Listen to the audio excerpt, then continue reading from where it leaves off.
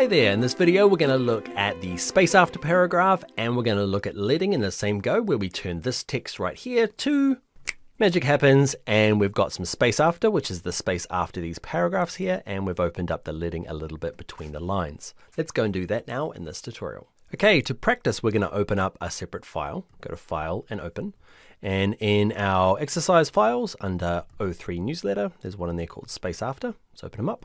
And what I've done is I've got kind of two examples of how you might get type. Okay, one is when somebody's been typing, they've put one return in after the full stop. You can see there's a full stop and they put in a return, okay, to get down to the next line. Often this comes from modern versions of Word and modern versions of word processors because they add space after by default. Older versions don't, so you have to put in two returns to get a bit of a gap between them. So when you bring them into InDesign, okay, they can look different like this. This one has two returns, okay, and this one has one. How do you know there's two returns? We can look at something called invisibles. So go to Type and go down the bottom, it says Show Hidden Characters. When I said invisibles, I mean hidden characters. Okay, and we can kind of see here, that is the symbol for a paragraph break. So there's been a return and then the next line starts. Whereas here you can see there's a return and then to put in another space, they put in another return. So there's two of them. So let's look how we treat both of those with our space after. I'm going to turn off my hiddens or my invisibles. Okay, and what I'm going to do is I'm going to select all of this text here. Okay, and what I'm going to do is go to paragraph. Okay, so we're on character before, on paragraphed, and the space after is this one here. It's a little bit hard to work out who's who. Okay, you're looking for that icon. If you hover above the icon there, it'll tell you I am space after. Okay, so I'm going to click on it.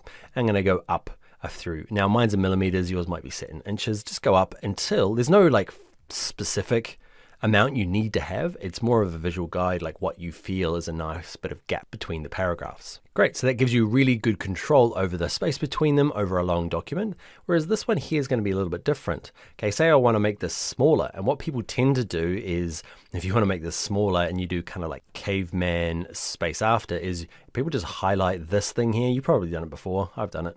Okay, go to character and you make the font size smaller, and you can kind of do that, but you can see the problem with, I have to do it to this one, then to this one, and then if the client comes back and says, hey, you know that 100-page document you're working on, can you adjust the space after?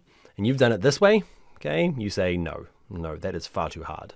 So what we need to do is I'm going to undo a few times, so let's go. And what we need to do is clear out the double returns, just so there's singles like the top here where it's nice and easy to control. To do it, we need to remove them. We can do it manually, of course. This is only a small bit of text, so we could just go through and actually delete the extra returns. But say it's a longer document, okay, and we want to be quick. I've selected all the text. We go to Edit. There's one in here called Find and Change. And this is just regular find and change. Find a word, change it with another word.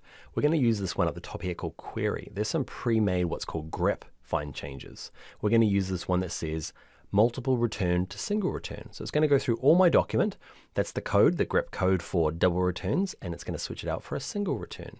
Okay, and I'm going to go to change all, and it's found 7 replacements, and I'm going to click OK. You can see it's done it all in one big go. Okay, I find this is a really quick, easy, helpful way just to make sure you got single returns. Now I'm going to select it all, and I'm going to add my space after paragraph. And I find 3 millimeters is good. I'm not sure what it is in inches, okay, but it is just our personal preference. Before we go, we'll look at leading. So leading is, space after is the gap between paragraphs. Leading is the gaps between actual lines, because they're kind of similar. So let's select it all, okay, and we're going to go back to character, and there's this one here called leading. Leading is an old-fashioned way of calling it, okay, line spacing. So what we're going to do is increase it up. You can see the paragraph spacing is the same, but the space between the lines is different. Okay, so you adjust those separately. And that, my friends, is space after. What we'll do now is go through and just adjust this one here. So I'm going to first of all select it all. I'm going to make my font Roboto. I'm going to make it regular. I'm going to make the font size 10 point. Okay, body copy in magazines is nearly always 10 point. Can be a tiny bit less, not too much more because it becomes hard to read. 12, you'll find if you print it off, it's quite big. Do a test, print it off, check it out and go, yep, 12 is too big.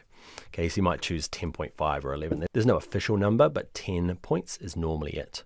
Now in terms of the leading, I might open it up just a little bit.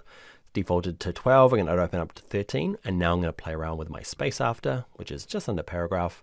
And there it is there. I'm going to increase this up. This document is set to inches. So what looks good? I don't like that. A little bit more. That looks okay. Nice. Great. So let's move on to the next video.